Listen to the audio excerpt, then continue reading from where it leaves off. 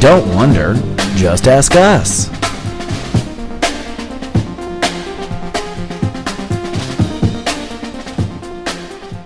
So, Social Network, you have to see it. It's the best movie. It's amazing. It's Aaron Sorkin, amazing writer, West Wing, Few Good Men, American President. David Fincher, amazing director, Fight Club. I mean, it is amazing. I just read the book. The book is good. Information. Movie's better than the book. When can you ever say that? Because, of course, you have a better writer, you know, interpreting it and spitting it out. I love it. I love it. It's so good. So. I have one question. Okay. Do you tweet? Tweeting's a bummer.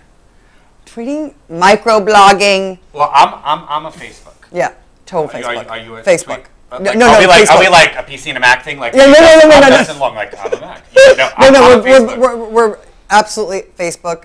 I've tweeted, but it's not as satisfying. And what is it? You have 160 characters or something. Yeah, it's I microblogging. signed on, and then someone has my name, which great. It's not me. It's not me. Ricky Gervais said that he only did it because people were using his name and making him sound like an idiot. So he's like, I'm doing it. And then it goes to your phone. It's like all of a sudden I got bing, bing, and it's like, oh, Nicole is having panini on Robertson. What? Nobody cares. Nobody cares. Nobody cares. So I'm a Facebook guy. I like and my tweeting statuses is going every out day. to whoever, and Facebook feels like it's going out to our community, and that's what Facebook's about. Isn't Facebook by an aquarium? Yeah, actually, to get a little hokey pokey on this and bring it back to, since you're at Soul Garden here, what is it? Facebook is Aquarius, which is the people ahead of their time. Maybe Aquarians. And then there is Twitter. Cancer.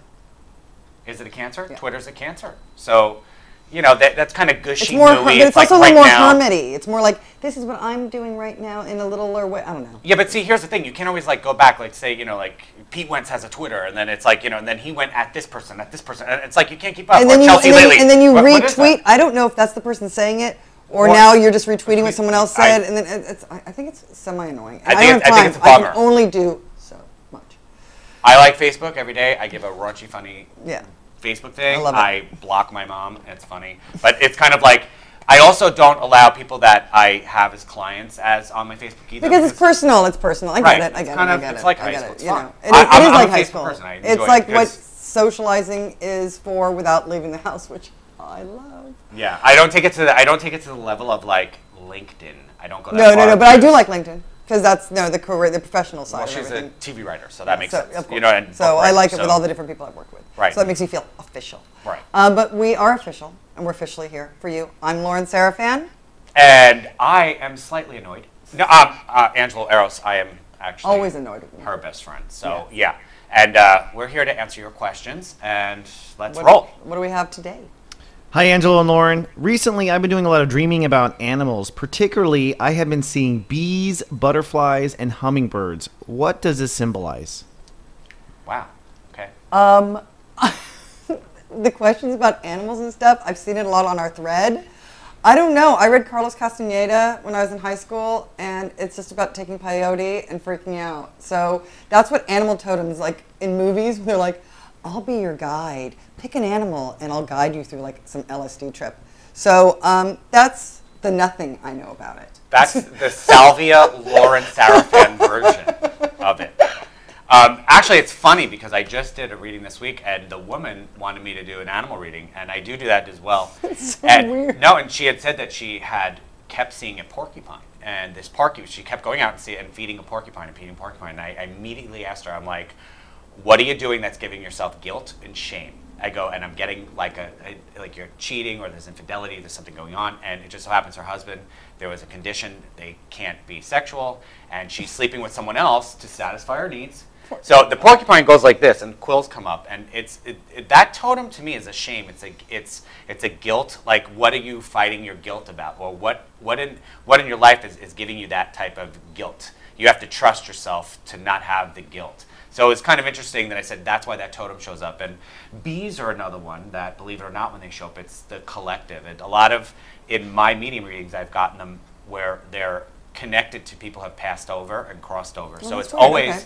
It's always, it's an interesting way. I would think like bees and flies are like a nuisance, but no. No, they're not a nuisance, and you don't pay someone to get rid of it. And hummingbirds are usually like lighten up. You're doing the work of God. Their wings go the fastest. It's kind of amazing. Like hummingbirds take on different meanings for different people. Now totems are not just there are the Native American. Do you have to pick one? You can you can. Or do they pick you like a Pacino doll? They pick you. It's a wand. Harry Potter. The wand picks you. I believe. Here's how I believe. It's kind of. And she's not into the whole. I'm not into the animal totem. I am, because her animal totem is her 3.1-pound dog that's set to inherit millions of dollars. That's her animal totem in love and my little heartbeat. Yeah. That I love.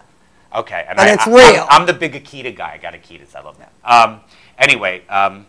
It's basically, it's not that the totem will come to you to deliver a message, and you can have a particular totem. I have the eagle, see? It's on my wrist. It reminds me of, the saying was told to me from a Native American that says, may the wings of your dreams brush the heavens. And I was told from a shaman that I had the American eagle, I had the bald eagle totem, and that I can pray. And when my prayers are kept, like are said, they're heard. And I found it to be very interesting, so I again, went a little further with it, and I found out that when the Native Americans, a lot of different tribes, when they would see the eagle, they would stop what they were doing and they would pray. Because the eagle is the only bird that can fly the highest in the sky without dying. Oh, so that's cool. They believe that part I like. All right. Because she like wants to be on a jet going to Paris. And she's like, an eagle taking me to Paris. Can I get an eagle? No, you can't. It's that national animal. But anyway, and the funny thing is as I was growing up, I always dreamed about eagles at my bedroom window when I was in high school. Eagles.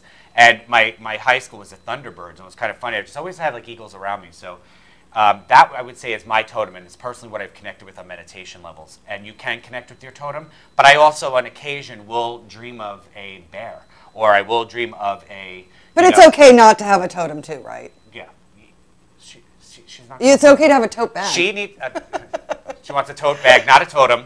She needs a mental colonic, is what she needs. She really does. I don't. A spiritual colonic. I don't. No, because animals are a good way for people to identify what energy is and how to express it. And sometimes, seeing a butterfly will remind people of people who have passed, like hummingbirds. My grandmother gave me a candle, a vanilla candle, and it has a hummingbird on it.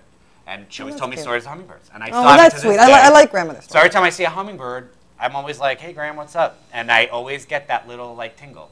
So they come delivering messages. They're all different. There's some great books out there. There's really, like, one book that's, like, kind of the Bible. I don't know which one it is. But you can find it. It's, like, just animal totems. And it's got everything from its regular meaning. Of course. It's psychic meaning. It's spiritual meaning. It's physical meaning, like mind, body, and spirit. Like, each different view, like, an owl, be wise. There's something you need to see behind you because it can turn its head all around. Like, it explains to you about the animal.